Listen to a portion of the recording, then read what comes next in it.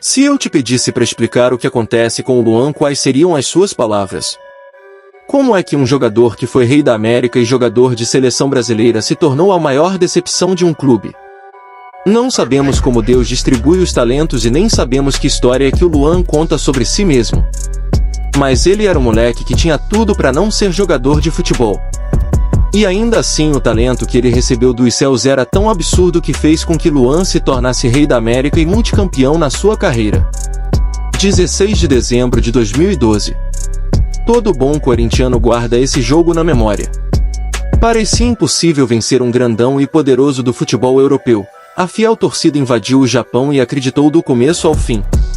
E não foi só no Japão, é claro. Espalhados pelo mundo inteiro, o bando de loucos estava confiante de que o time do povo poderia vencer aquele jogo e se tornar bicampeão mundial.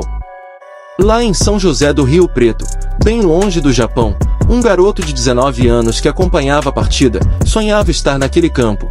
E olha que quem estava ali com ele ao seu lado nunca duvidou da capacidade que ele tinha de estar entre os jogadores do Corinthians.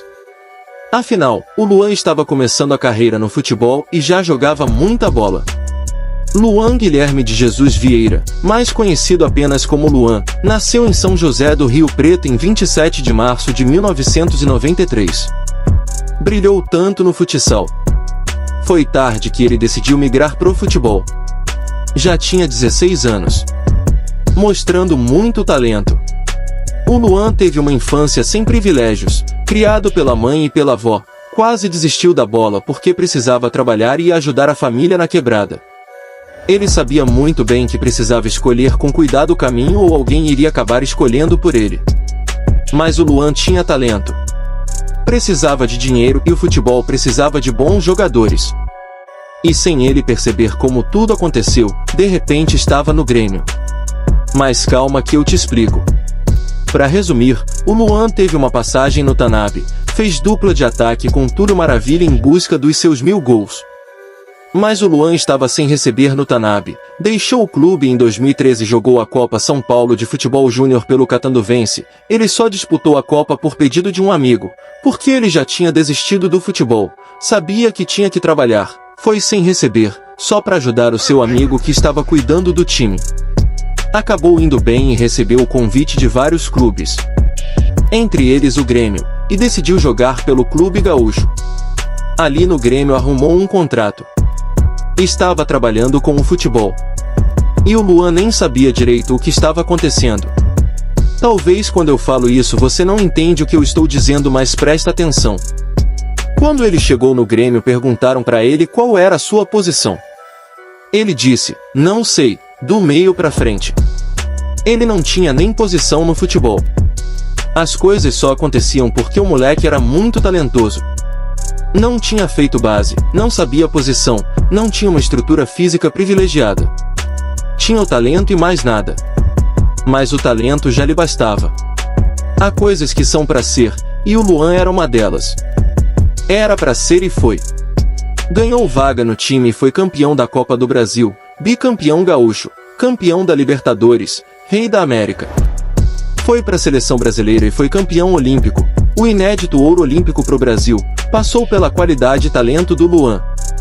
Quem acompanhou as Olimpíadas do Rio viu que o time que começou sem ele não estava bem, e foi só ele entrar pro time que a seleção ganhou outra cara. Depois da estreia da estrela do Grêmio. Foi uma decepção quando ele não foi para a Copa do Mundo de 2018. Acreditavam que o Luan ia dar voos muito altos. E se você comparar como as coisas aconteceram rápido, não dá para imaginar.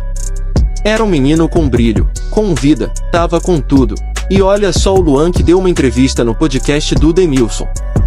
Parece outra pessoa, o brilho, a vontade, a energia, aquele moleque comemorando o título do Corinthians de 2012, deixou o Grêmio e foi justamente pro Corinthians, o seu time de coração, e eu confesso, me iludi, achei que no Corinthians o Luan ia jogar muito, ia ser um absurdo, bom de bola, abusado, a cara do Corinthians. Mas o Luan percebeu outras maravilhas que existem além da bola. Claro que ele já tinha um bom contrato com o Grêmio, mas no Corinthians as coisas foram absurdas, é um contrato absurdo que ele fez. É um garoto que veio do nada com uma vida cheia de privações. E não é questão de luxo, não é questão de cor.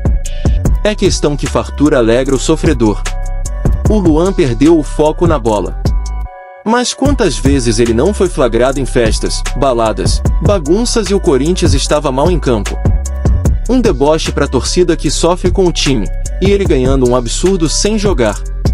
E é claro que a gente precisa se lembrar, os mesmos malucos, o mesmo bando de louco que foi ao Japão, gastando economias de uma vida, que venderam carros, bens, e o que precisassem para verem o Corinthians campeão, também são os mesmos malucos que estão prontos para entrar em um motel de madrugada, arrancar o jogador de lá para agredi-lo e ameaçá-lo. Mas o Luan sabia que estava lidando com uma torcida gigante, e no meio de milhões é claro que tem maluco.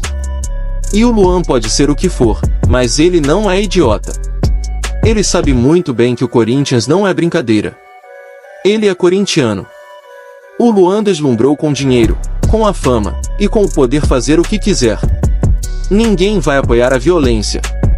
O Luan precisa saber que ela existe.